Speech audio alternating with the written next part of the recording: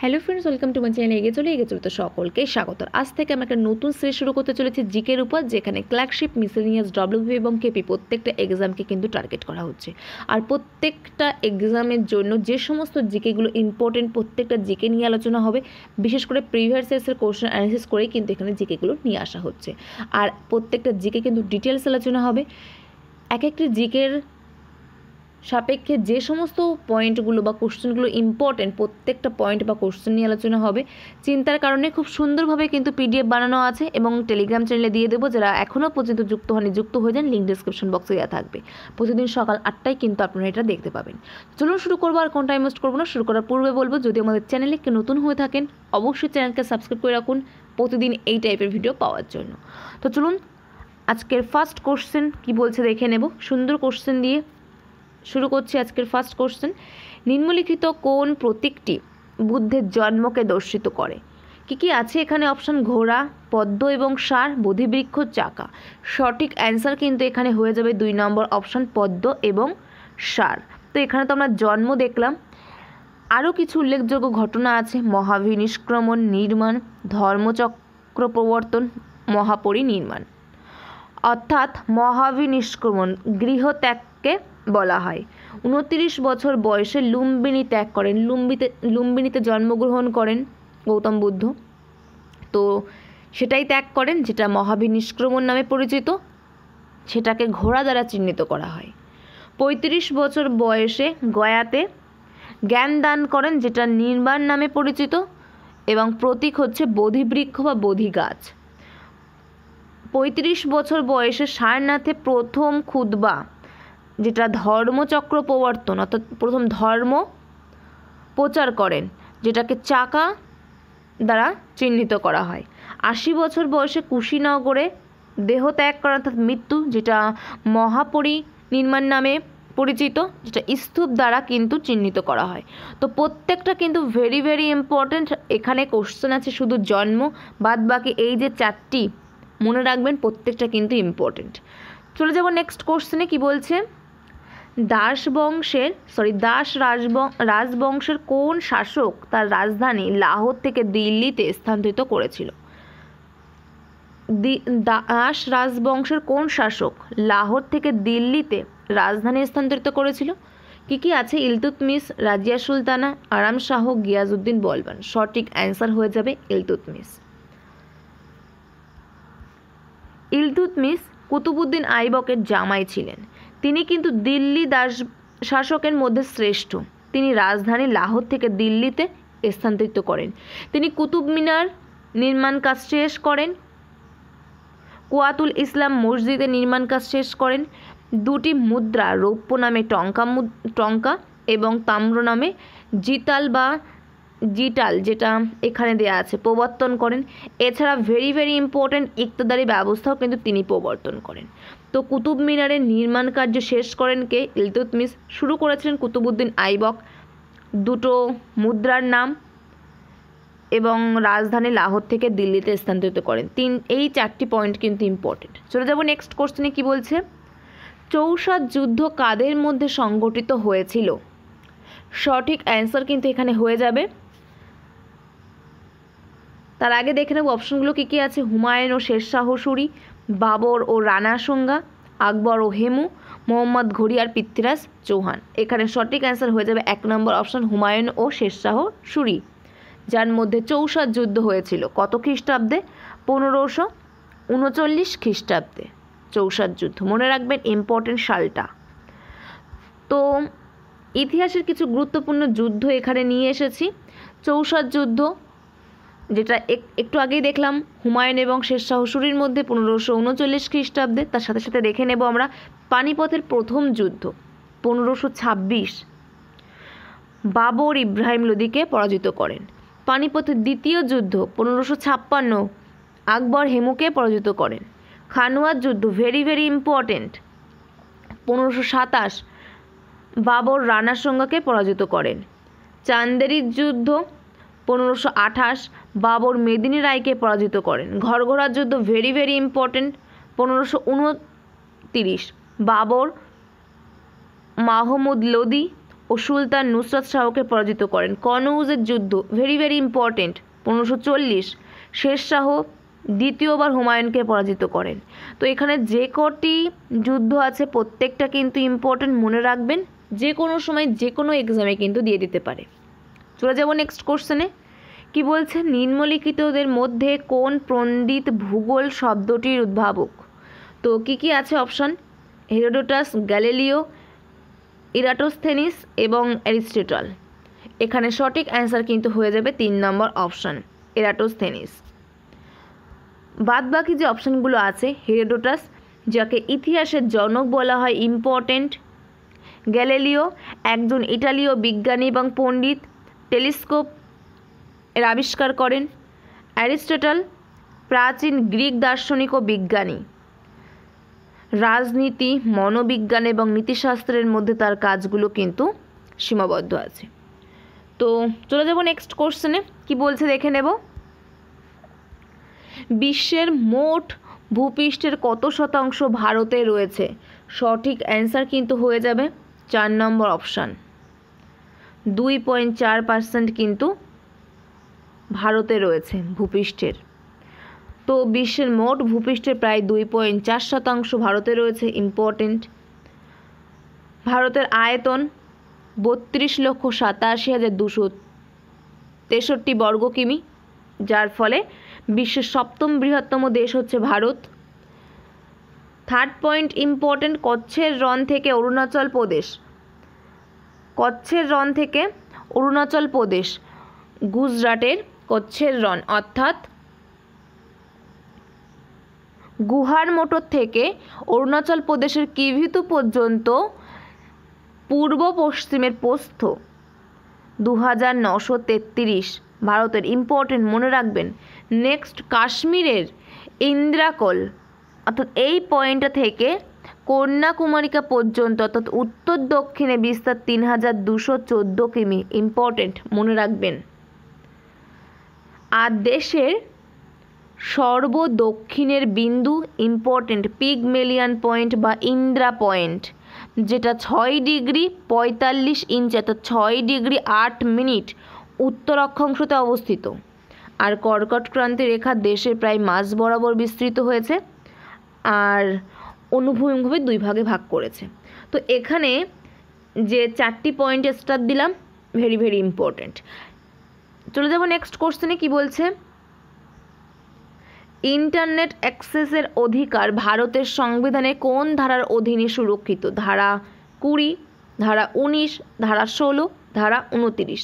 সঠিক অ্যান্সার এখানে হয়ে যাবে অপশান 2, 19 নম্বর ধারার মধ্যে কিন্তু ইন্টারনেট অ্যাক্সেসের অধিকার এটা আছে।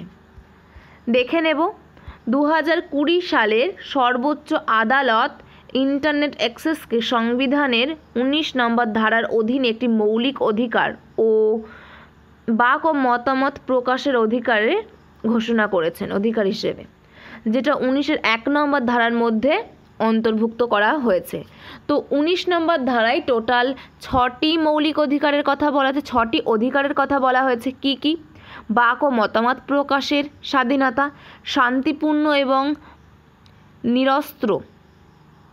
অস্ত্র ছাড়া সমবেত হওয়ার অধিকার, সভা ও সমিতি গঠনের অধিকার, স্বাধীনভাবে চলাফেরার অধিকার অর্থাৎ ভারতের ভূখণ্ডের যে কোনো স্থানে অবাধে চলাফেরার অধিকার, বসবাস এবং বসতি স্থাপনের অধিকার স্বাধীনভাবে ভারতের যে কোনো অংশে, ব্যবসা বাণিজ্যের অধিকার, স্বাধীনভাবে ব্যবসা বাণিজ্য করতে পারবেন সেটারও অধিকার কিন্তু 19 নম্বর ধারার মধ্যে বলা হয়েছে।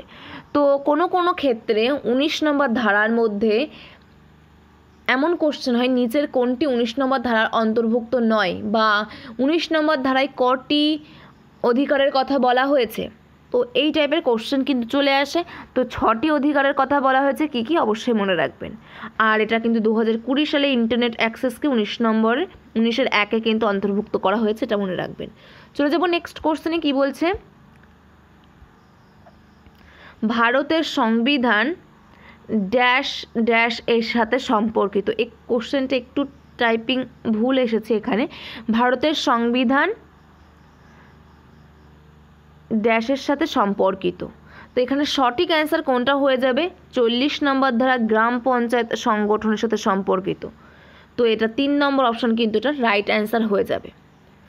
তো এখানে বাদবাকি যে ধারাগুলো আছে 40, 45, 48-এর সেখানে কি কি বলা আছে একবার দেখে নেব। 44-এ বলা আছে ইউসিসি অর্থাৎ ইউনিফর্ম সিভিল কোড। 45-এ বলা আছে 6 থেকে 14 বছর পর্যন্ত সমস্ত শিশুকে অবৈতনিক ও বাধ্যতামূলক শিক্ষা প্রদান। 48-এর এতে বলা আছে পরিবেশের উন্নতিকরণ ও সংরক্ষণ অর্থাৎ বন ও বন্য প্রাণীদের সংরক্ষণ। মনে রাখবেন, ইম্পর্টেন্ট। 44-এ কী বলা আছে? ভারতের বিভিন্ন দেয়ানি বিধি প্রচলন অর্থাৎ ইউসিসি ইউনিফর্ম সিভিল কোড। কোনো ক্ষেত্রে ইউসিসি বলেও কিন্তু দিয়ে দেয়, সেটা 44 নম্বর ধারা মনে রাখবেন। চলে যাব নেক্সট কোশ্চেনে। ভারতের বাণিজ্যিক ব্যাংকের জাতীয়করণ কবে হয়েছিল? সঠিক অ্যান্সার কিন্তু এখানে হয়ে যাবে 4 নম্বর অপশন 1969। ভারতের বাণিজ্যিক ব্যাংকের জাতীয়করণ 4 নম্বর অপশন কিন্তু সঠিক অ্যান্সার 1969। তো বাণিজ্যিক ব্যাংকগুলির জাতীয়করণ 1969 সালে হয়েছিল। 19শে জুলাই 1969 সালে ইন্দিরা গান্ধী ব্যাংকগুলির জাতীয়করণ করেছিলেন। প্রথম দফায় 1969 সালে 14টি বড় বাণিজ্যিক ব্যাংককে জাতীয়করণ করা হয়। দ্বিতীয় পর্বে 1980 সালে আরও 6টি ব্যাংক।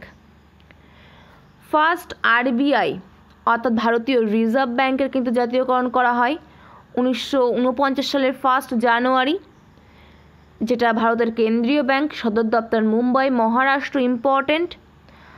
আর যেটা প্রতিষ্ঠিত হয় 1 এপ্রিল 1935, এটাও কিন্তু ইম্পর্টেন্ট, কোশ্চেন দিয়ে দেয়। আরবিআই প্রথম গভর্নর স্যার ওসবর্ন স্মিথ এবং প্রথম ভারতীয় গভর্নর সিরি দেশমুখ। আর বর্তমানে কে আছে এটা কিন্তু আপনাদের হোমওয়ার্ক রইল, কমেন্টে কিন্তু অবশ্যই জানাবেন বর্তমানে আরবিআইয়ের গভর্নর। চলে যাব নেক্সট কোশ্চেনে। নিম্নলিখিত কোনটি রক্তের জমাট বাঁধার জন্য সাহায্য করে? সঠিক অ্যান্সার এখানে কোনটা হয়ে যাবে? কি কি অপশান আছে দেখে নেব। Vitamin A, vitamin D, vitamin K আর ফলিক অ্যাসিড। সঠিক অ্যান্সার কিন্তু হয়ে যাবে ভিটামিন কে, 3 নম্বর অপশন রাইট অ্যান্সার। প্রতিটি ভিটামিনের রাসায়নিক নাম, ইম্পর্টেন্ট কোশ্চেন আসে, একবার দেখে নেব। তার আগে দেখে নেব ভিটামিন কে, যেটা শাকসবজি, ব্রোকলি, ব্রাসেলস স্প্রাউট থেকে পাওয়া যায়। আর এখানে প্রত্যেকটা ভিটামিন, যে সমস্ত ভিটামিনগুলো আছে প্রত্যেকটা রাসায়নিক নাম কিন্তু এখানে আমি ছকের আকারে নিয়ে এসেছি। ভিটামিন এর রাসায়নিক নাম হচ্ছে রেটিনল, ভিটামিন B1 এর থিয়ামিন, ভিটামিন B2 এর riboflavin, vitamin B3 niacin, vitamin B5 pantothenic acid, vitamin B6 pyridoxine, vitamin B7 যেটাকে ভিটামিন H বলা হয় biotin, vitamin B9 folic acid, vitamin B12 cyanocobalamin, vitamin C ascorbic acid, vitamin D calciferol, vitamin E tocopherol, vitamin G niacin, vitamin K phylloquinone বা naphthoquinone, vitamin M folic acid. তো এই হচ্ছে সমস্ত vitamin যেগুলো রাসায়নিক নাম পুরো এক জায়গায় করে দিলাম। চলে যাব নেক্সট কোশ্চেনে। কি বলছে? ওয়াশিং সোডার রাসায়নিক নাম কি? কি আছে এখানে? Option sodium chloride, sodium hydrogen carbonate, sodium carbonate, sodium hydroxide. সঠিক অ্যান্সার কিন্তু হয়ে যাবে সোডিয়াম কার্বনেট, 3 নম্বর অপশন কিন্তু রাইট অ্যান্সার হয়ে যাবে। ওয়াশিং সোডার রাসায়নিক নাম সোডিয়াম কার্বনেট। তো এখানে কিছু রাসায়নিক নাম এবং তাদের সংকেত দেয়া আছে। সোডিয়াম বাইকার্বনেট, যেটাকে বেকিং সোডা বলা হয়, NaHCO3, ক্যালসিয়াম ক্লোরোহাইপোক্লোরাইড, যেটাকে ব্লিচিং পাউডার বলা হয়, CaClO তার হোল 2, সোডিয়াম হাইড্রোক্সাইড, যেটাকে কস্টিক সোডা বলা হয়, NaOH সোডিয়াম কার্বনেট, যেটা পরিষ্কার করা soda, Na2CO3 10H2O, carbon dioxide, যেটাকে শুষ্ক বরফ বলা হয়, CO2, copper sulphate, blue vitriol, CuSO4, লৌহ গঠিত সালফেট অর্থাৎ সবুজ ভিট্রিয়াল FeSO4, সালফিউরিক অ্যাসিড অর্থাৎ ভিট্রিয়লের তেল H2SO4, ক্যালসিয়াম সালফেট হেমিহাইড্রেট যেটাকে প্লাস্টার অফ প্যারিস বলা হয় CaSO4 half H2O, calcium sulphate dihydrate অর্থাৎ gypsum CaSO4 2H2O, calcium hydroxide চুন জলে ভেজানোর পর যেটা উৎপন্ন হয় CaOH তার whole 2, Chile saltpetre sodium nitrate NaNO3, saltpetre potassium nitrate KNO3, muriatic acid অর্থাৎ হাইড্রোক্লোরিক অ্যাসিড HCl। তো এখানে প্রত্যেকটা কিন্তু ইম্পর্টেন্ট, প্রত্যেকটা কিন্তু আপনারা জেনে রাখবেন, কারণ কখন কোন এক্সামে কোন কোশ্চেন দিয়ে দেয় সেটা কিন্তু বলার আগে থেকে বলা যায় না। তো সেই কারণে পুরো তথ্য কিন্তু আমি এখানে তুলে নিয়ে এসেছি। তো এই হচ্ছে আজকের কোশ্চেন যেগুলো নিয়ে আমরা আলোচনা করলাম, এবং শুধুমাত্র এখানে যে কোশ্চেনগুলো নিয়ে আলোচনা করেছি সেটাই কিন্তু নয়, বাদ বাকি তার সাথে যে সমস্ত পয়েন্ট বা ডিটেলসে যে আলোচনাগুলো হয়েছে প্রত্যেকটা কিন্তু ইম্পর্টেন্ট, এবং বলে দিয়েছি কোন কোন পয়েন্টগুলো ইম্পর্টেন্ট। দিয়ে দেবো এটার PDF টেলিগ্রাম চ্যানেলে যারা এখনও পর্যন্ত যুক্ত হয়নি যুক্ত হয়ে যান, লিঙ্ক ডিসক্রিপশন বক্সে দেওয়া থাকবে। তো এখানেই শেষ করবো আজকের ফার্স্ট ক্লাস। তো প্রতিদিন 8টায় এটা থাকছে, তো রেগুলার এটা পেতে হলে চ্যানেলকে কিন্তু অবশ্যই সাবস্ক্রাইব করতে হবে যদি চ্যানেলে আপনি নতুন হয়ে থাকেন। আর যদি এটা ভালো লেগে থাকে বা কোনো রকম উপকার পেয়ে থাকেন অবশ্যই একটি লাইক করবেন, বন্ধুদের মধ্যে শেয়ার করবেন যাতে সকলের মধ্যে ছড়িয়ে পড়ে। আর নেক্সট ভিডিওতে তো আমাদের আবার দেখা হচ্ছে। Thank you, good bye.